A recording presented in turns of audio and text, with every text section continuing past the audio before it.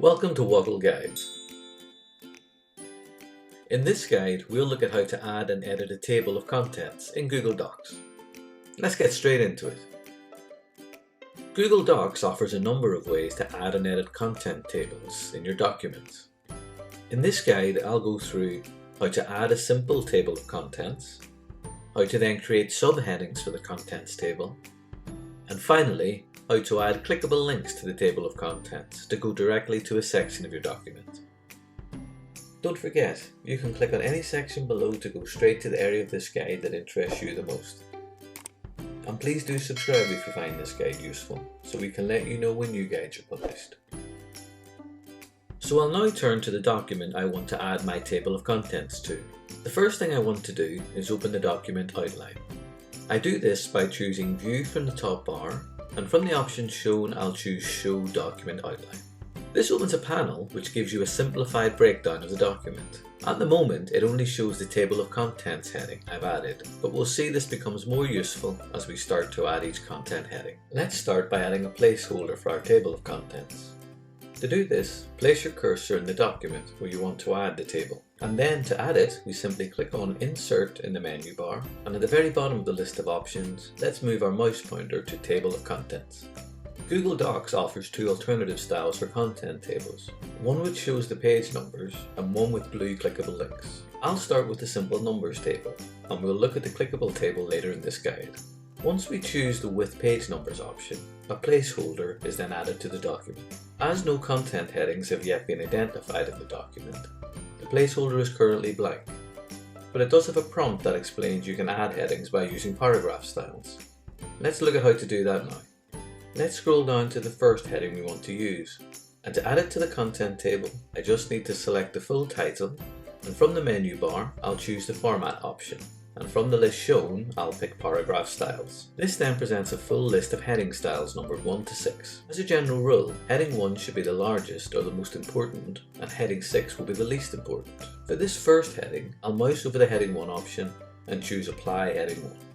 You'll see that our first heading has appeared in the document outline, but even more excitingly, if I go back to our table of contents and click on the placeholder, so I can see the thin grey box outline. If I then click on the update icon to the left of that box, you'll see our first heading has been added and the page number is shown. If I then apply that paragraph style change to each of the main headings in the document and refresh our table of contents, all the document headings with page numbers are shown. Now before we leave this part of the guide, let's take a look at our first heading. We can get to it by clicking on the heading name in the document outline panel. Because this was added as a heading 1, it has a default font size and style, which you may not like or may not suit your document. In fact, if we click through our headings, you'll see they are all this same font size and style. Let's look at how to edit this to better suit our document. To do that, select any of your headings and edit it until you're happy with it. I'm going to reduce the size of mine a little bit, make it bold and change the font color to blue. While still selecting that same heading, I'll then click on Format, and then Paragraph Styles as we did before. I'll move my mouse over heading 1, but I won't click on it. You'll see two more options are shown. From those, I'm going to click on Update Heading 1 to match. Now nothing appears to happen when you do this, but if I now click up through the other page headings, you'll see each of them has been amended so that they are identical to the first one we've just changed. If we return to our table of contents and refresh that, you'll also see that this has not been changed by the updates we've made to our headings. And it's also worth pointing out that if you want to make a change to the table of contents to better match your document, then that's easy to do. Whilst the table of contents is a special piece of content, it's still just text and numbers, and it can be updated like every other word and paragraph in Google Docs by selecting it and making your font changes. You can do this for a single row or the full table, and any change you make won't impact the heading style changes you've made in other parts of the document. Let's now turn to add a subheading to our table of contents. This is done in the same way as we added our heading 1 paragraph style, but let me show you some quicker ways to do that. I'm going to navigate to the first section of my document. Now you remember that we previously changed the title of this part of the document to a heading 1 paragraph style. I now want to add a different paragraph style to my subheading. It has to be different from heading 1, otherwise the document will think it's just another main heading and not a subheading. If we move to our toolbar at the top of the page, you'll see there's a Paragraph Styles drop-down. Let's click on that, and from the options shown I'm going to choose Heading 2. The style of the heading changes. and you can see that it's now classed as a heading 2. As before, remember you can update the heading to better suit the style of your document, but it's best to do this once you've added all of your subheadings, and you can use the Update Heading to Match feature that we looked at in the first part of this guide. Before we go to look at our table of contents, I'll show you another way to update the heading style, which can be even faster. I've navigated to the next subheading in this section and selected it as before. To update this subheading to heading 2, I'm going to use a keyboard shortcut. I'm using a Mac, so I'll press Command key, Option key and 2 on the Mac, and you'll see that the content is now classed as heading 2.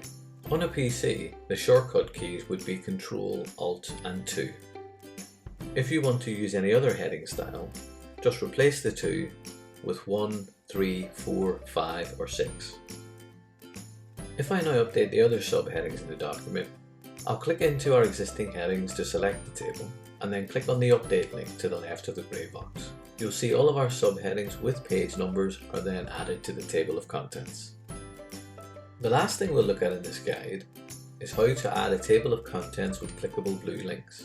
You may remember when we first inserted the table of contents, this was one of the options shown. To add that table of links, the first thing we need to do is delete the existing table. Remember, this table of contents is really just displaying all the paragraph styles and heading changes you've made elsewhere in the document. So by deleting it, you won't really be losing anything. All of the changes will still be there, as shown in your document outline. To delete this table of contents, let's just move our mouse pointer over it and right click on it. From the options shown, we'll scroll to the very bottom of the list and choose Delete Table of Contents. You'll notice once we do this that all of the heading changes we've made are still preserved and still shown in the document outline panel. To add our clickable table with blue links, let's move to the menu bar and we'll choose Insert, and moving to the bottom of that list again, we'll move our mouse pointer over Table of Contents. From the two options shown, let's click on the one on the right, with blue links. And you'll see our table is added back in with clickable links, as it is picking up the paragraph style changes we made earlier. We can now share this document in any format offered by Google Docs, even a non-Google format, such as PDF. And if we open that PDF, you'll see that the content table links are still shown and can be clicked to directly access any part of the document. Bear in mind, however, that if you do share in this format, any changes you made to the original document won't be updated in the document. It can only be seen in the original Google Docs format. I hope you found this Woggle Guide useful and learned something new. If you have, please like or subscribe so that other users can find it too. Let me know in the comments below if you have any questions or suggestions for other Woggle Guides. And thanks for watching, and do look after yourself until next time.